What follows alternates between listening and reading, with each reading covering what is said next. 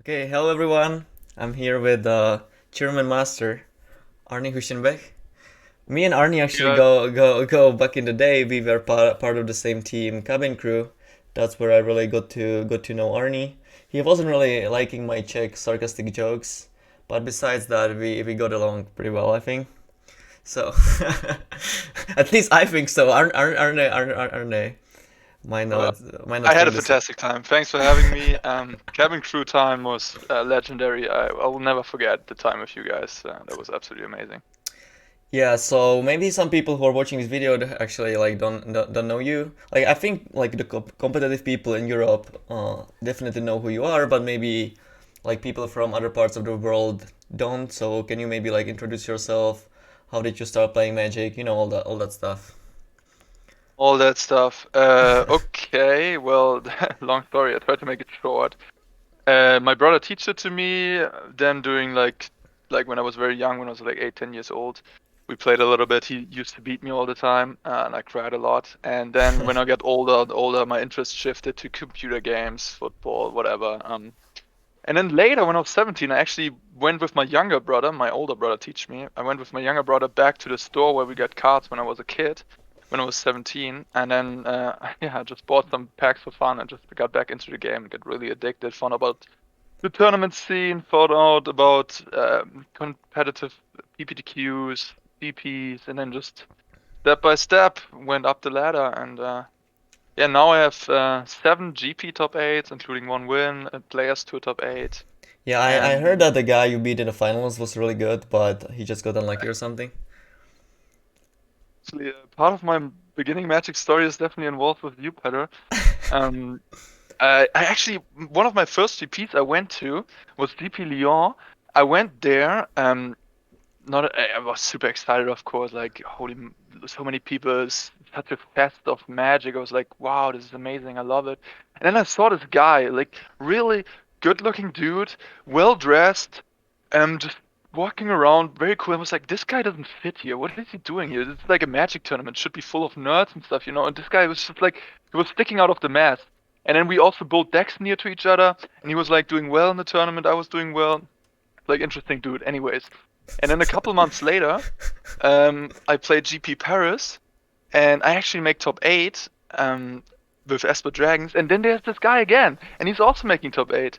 And then turns out that's you, Petr. And Oh, yeah, you that's you that's nice to hear. But I don't think I was like really that well dressed back in the day, but you definitely sticked out of the mass. I And yeah, guess when you're in the yeah.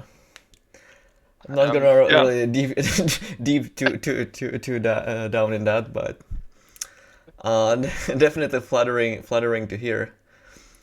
Okay, how old are you right now? I think you're like 23 or 24. I'm 23 years old right now.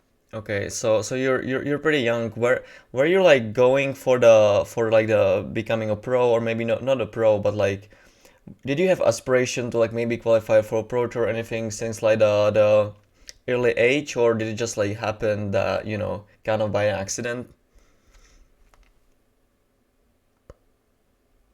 I'm pretty ambitious when I have like something that I really want to focus on, and in Magic, I definitely wanted to be the best player in the world, or like one of the best. Of course, you got to be realistic. But yeah, my ambitions were very high. I wanted to win a Pro Tour. I wanted to go to Worlds. I wanted to make Platinum when that was a thing. Then later, I wanted to get into the MPL, of course. I was close sometimes, but yeah, lately it's been tough, right? To get into the top 32 Yeah, into the I MPL. definitely Very wanted to difficult. like follow up my question with that. Obviously, you're kind of in the same group as me of like the players that like were maybe like the tier like a higher tier of golds, like maybe close to platinum, maybe hit like a platinum 1 year or something, and then just like the MPL struck, and it's kind of hard to be a competitive Magic player now. Like it just seems that either you have it all or you just have nothing. Like how are you approaching it? Like did it change your approach to Magic? Like what's going on with you right now? Really loving real life Magic, having the people in front of me, having the tournament experience, the adrenaline. It's so much more exciting when you do it in real life than online for me. Of course, I also play my fair share I'm of the same. online tournaments. But lately, with the whole situation, the lockdowns, everything, I've drifted a little bit away from Magic Online, and so on, because it just doesn't excite me as much. So I haven't played as much as I'm used to, and I'm just waiting for all of this to end and then just get back into real life tournaments again. I can't wait. I'm like, I really want to. And about online, I'm gonna get back and play some online games. I think, yes, there's like the disparity. It's very much like heaven up there in the MPL and the Rivals League. You get and then all the people below have it a little bit tougher. But nowadays with like all these online tournaments, MTG Melee, for example, you have a lot of options you can play, and you can also make a living a little bit, or like you can actually, if you're really good at Magic, you can still make a living out of just playing Magic Online and playing some of these MTG Melee, Star City games, etc., etc. So it's not like, I think it's fine. It's gotten better and better. No. So you actually do you like, if you could take the time back, would you go back to just like the old system of Grand Prix, Pro Tours, Platinums? Because if you're like, I think if you're like good as us, if you put in the time and you go to all the GPs, you're like pretty much locked for gold at least, and then you have like maybe like 40 or 30% to hit platinum.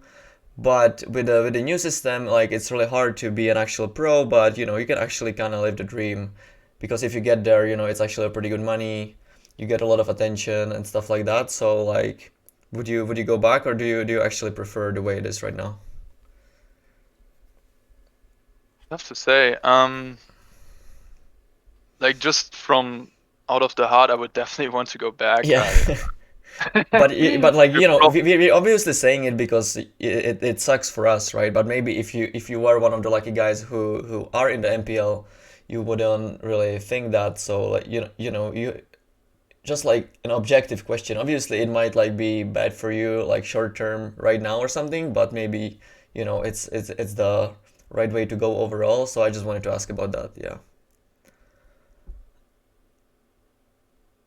Yeah, I think even objectively, but I think there's the debate I guess you can also take. But yeah, I was much more a fan of the before, like the Pro Tours and the system, the gold plan.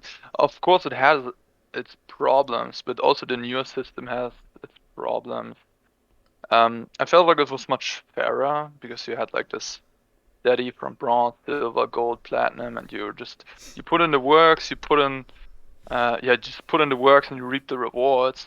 With this new system, everything feels a little bit like, if I win this qualifier, I might get there, but then I have to go like 8-1 and 7-2, and you can't be like consistently good and get there that way. You can. There are like ways. It's all. I guess it's also like still changing, right? We're still in like this transitioning sort of. They're still working. They're twitching. They're doing things to make it better, but for me personally, I really like the old system. I really like this just straightforward, grind your pro points and get better and better and better, and see your own success also like mirrored in the points. That was nice to see. Right now, you really don't have that. Yeah, You can't just like say, I have so many definitely points, I'm so good. I definitely agree that it used to be fairer. And I think that pretty much everyone realizes that, but they just like decided that, they don't really care about like the guy who's like 30th to maybe 70th in the world. Like no one really cares about those. There's not that much attention to Magic, so they're better off just like promoting like these many people. So like it makes maybe sense from their part to like try this approach out, but it definitely isn't really fair. And not that many people like it. So I think I agree with you. Yeah, it's all up to Wizards of the Coast and the managers and so on. Like, of course, many players that now in the MPL and so on, they are very happy. But I also know that a lot of them are really pushing to spread out the share of prizes, etc., to more people. They don't want to have more money. They want to be fairer and so on and so on. But in the end, those people are not making decisions. We know that Wizards is making. Yeah, I think it's very possible that they just like wanted to try it out because there was this upside that it's gonna really pop, people love it, and Magic just explodes. So Yeah. maybe it was kind of an experiment. I don't really mind that they did that. Obviously, sucks in the short term, but it's possible that we're just gonna go back to something similar to the old system when Corona goes away. Wow, are you saying that is possible? Oh, that sounds amazing I to mean, I don't me. think it's gonna be exactly the same, but I can I think the main reason why they did all of that was to just like promote these players and make them stars. But I don't think it like really necessarily happened. So I think they're gonna realize that they're just like, pouring all this money into something that doesn't really give them anything back. So, we will see, I guess. It's gonna be hard for them to admit that though. Well, maybe it was successful though. Maybe they got a lot of players to Arena, seeing like this Magic Pro League, all the promotion, all the money, and it Yeah, but attracted no one is really probably a like lot of. watching these arena tournaments. Those tournaments had like a huge viewing at the beginning, but now it's basically back to the old Pro Tour top 8 viewing, or maybe it's even less than that. So Yeah. That's true. That's true. Yeah. Hmm. so how do you like what do you think about Magic in future for you? Like are you just gonna focus on being the best player possible? Do you maybe thinking about starting making content, or maybe starting doing something else? Like, what's your plan for the future? What's my plan for the future? That's a good question. I'm asking myself that question too right now. I just started coaching on Game Sense. It's a platform. I can plug myself a little bit where you can go on and have a bunch of games, and then you can choose a game and then choose a coach for a game and Hmm. get coaching advice. Very nice. Check me out on there if you want to. Yeah, I'm trying I can that. use some coaching. Don't be humble. Um, and otherwise, yeah, I was thinking about getting back into streaming. As I said, I'm not that much of a Magic Online player. I really need the real life tournament stuff. So I'm not quite sure. I'm like, I really wanted to go all in on pro, but this whole COVID thing like kind of stopped everything. So I'm There's like no a little bit in reason to like. uncertainty, There's you no know? reason to like feel that bad about it because it basically happened to like every people, like all the Yeah, people, not just in Magic. Like in general, people just like not really doing that much. So you're not the only one who's stressed out about it. So yeah, absolutely. So I'm keeping my options open. Let's say. okay. Okay, so let's talk about formats more specifically. I think I see you more as a constructed player, but I actually anytime I face you in limited, I get crushed as well. So maybe can you maybe elaborate on that? Like how do you what do you see as your most like the format that you're best at? My strongest format is standard, I'd say. But limited, I've gotten really strong lately too. My results, I've consistently, it's not a great metric, but I've consistently been over 1900 on Magic Online, for example. And just in general, my results in limited at the last in tournaments, at the last Pro Tours Players Tours were pretty good. Um, Also, yeah, my last two top eights and GPs were also in limited Oh, I actually. actually didn't know that. Yeah, both in Modern Horizons Ultimate Masters. Jesus, those formats were fun. Oh, I remember. Was that you always drafted like the Archomancer, like Pulse of Murasa, Think Twice kind of decks, right? I think we ran into each other a couple times prior to GP Prague, prior to Ultimate Masters on Magic Online, if I remember correctly. I played Yeah, so I many was I CP. was playing Infinite of that, but I didn't really grasp the format. I guess I'm just stupid, Like in constructed, there are just like not infinite things, so you just have to learn all the matchups, And my small brain can comprehend that, but limited is just. Don't be so humble. Come on, you're I'm pretty just damn being so. good. Um, well, yeah, the Laboratory Maniac decks. Oh my God, that was beautiful. I had such a sweet deck that I made top eight with. Actually, I was, oh God, Did you like how did you arrive to that archetype? Because I actually didn't see like once you showed it to me, it was like kind of obvious. It just made sense, yeah. but no one was really talking about it or like drafting it before. So was it like something that you figure out yourself, or did you like read about it, or like someone told you? How did it go?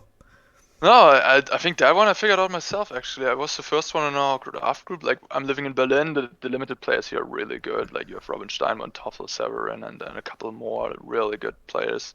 So, but I actually was the first one that came up with that archetype and drafted it also in our group and stuff. I don't know. I just thought Lab Maniac was wheeling, and then you start thinking, okay, Lab Maniac is in this format. It's a Masters format. It's not just like some random set where I guess they put random cards in some. Well, anyways, I thought it might have a reason, and then I saw State of Wayfinder, Frantic Surge, Accument, Puts of Martha, all these cards, and they're all working together with this Lab Maniac machine. And you can buy so much time with pulls, getting back Archaeomancer and so on. And yeah, it was absolutely amazing, the deck. And it was underdrafted, and it was always open. So yeah, That's that was awesome. a good strategy for that tournament. So you mentioned testing with like other really good limited German player. How big is the German or even Austrian community? Like I know that it was probably hurt a little bit by the fact that there actually can be GPs in these two countries. For people who don't know, there's like a law that prevents giving out like money prizes in these kind of tournaments. So there are actually no GPs in Germany and Austria for at least like 6 or 7 years right now, right? Did you like feel any influence on the German community because of that? Germany, well, we are in the middle of Europe, so we still have it easy to get to a GP most of the time. If it's Yeah. Netherlands, Czech Republic, Poland, what have you. The German community is interesting. I think like we're shattered sort of. We have like Berlin, we have Frankfurt, we have like Cologne, Dusseldorf, we have like the Bavarian community, we have the Northern community, and they're all a little bit shattered. They don't really work in testing that much together. But actually, what we did when I got onto the Pro Tour, like on a train a little bit, we actually got all the people together that were Germans and qualified for the PT, and it was cool to see because at the beginning we were like 10 people from Germany to qualify for the PT, and then like the more protos we played, the more people we became, and the whole community kind of grew. We had a couple pros in Frankfurt, Christian Haug, Joshua Bausch, Marius Häuser. Then we have Berlin with Jasper Grimmer, Yamin Kauf, Robin Steinmont, Tora Severin Toffel, of course, and me. And yeah, so we really, Germany really grew again. The golden age of Kai Budde was long over, but now I think like we have a lot of talent and we have a lot of very good talented players. Christoph Prince winning the Yeah, Players Tour finals lately. Yeah, that's awesome. Germany is back in Magic. It's even like the like the average maybe like an FNM type of player base still pretty big as it used to be back in the day, or like are there like still like a lot of players playing just for fun in Germany? You mean at the FNM? Yeah, we sometimes just meet at Robin's place, for example. He has a nice big living room where we can play. But yeah, sometimes we meet still in the old Spieleladen, like in the old game store in Berlin. Yeah, And it's kind of hard nowadays to know how many people are actually playing with like this arena and Magic Online and everything. So it's kind of hard to know because back in the day, if you go to FNM, like the number of players there kind of dictates how many people are playing, but that might not be the case anymore. So it's like kind of hard to know how many people actually play. So yeah. So you still think there are like a lot of people in Germany? Because I feel like in Czech, the numbers are kind of going down, but maybe that's just my feeling.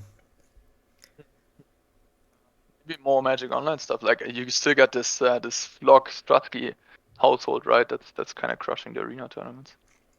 Yeah, I mean, but those are like pros, so Yeah. You that's mean like not. the I'm just base is talking not about like the growing? base people who don't really have any ambitions of becoming pros or anything, but they just play Magic for fun. So, I was just curious whether Magic is thriving in Germany or not. Yeah, I think so. I think so. What's definitely good for like a player base that the pros are coming to the game stores. That's actually really good because that really inspires people to do more because then they actually see, okay, this person is that successful. It's right in front of me, and I can become that good too because maybe this Martin user also learned to play in this game store, and there's like Yeah, yeah Martin that's definitely had a huge influence on the people in Czech. It's like trying yeah to pursue the pro life. I think that if he didn't yeah exist, it probably like none of the other pros like Lucas, me, Andre would probably not even exist. So Yeah, thanks to him. that's yeah. Martin is awesome. He's an inspiration to anyone who plays Magic. Was it the case Also, with Kai Bude as well, or like did he just play in a different time than you, so you hadn't really chance had a chance to interact with him when you were going, where you were like going to PTQs and stuff? How was it with Kai? Me personally and Kai, no, I hadn't had no chance interacting with him. I interacted with a lot of friends of his, but he was also in Curacao doing his Pinnacle Sports business, and he wasn't at GPs. He wasn't really involved into the Magic community. He was doing his own thing. Okay. So no, like he was just this myth, this ghost, this like legendary figure that you never could actually touch or see, but that was kind of out there and that people were like rumoring about and the good old days with Kai and stuff. Yeah, but Kai is actually nowadays I met him of course through Protoss and stuff. Yeah, he's a very nice and humble guy. Yeah, I I really agree. like him. He's very funny too on Twitter especially. Yeah, he's always making fun of me, but who doesn't, to be fair? So, all right. Thank you for your time, Arne. I had fun. I hope you're the best for the future, and hopefully if Corona goes away, we will see each other at some GP or something. I'd love to, man. I'd love to meet you guys again. And thanks for having me. Thanks for taking me back to the good old times. Yeah. See you, man.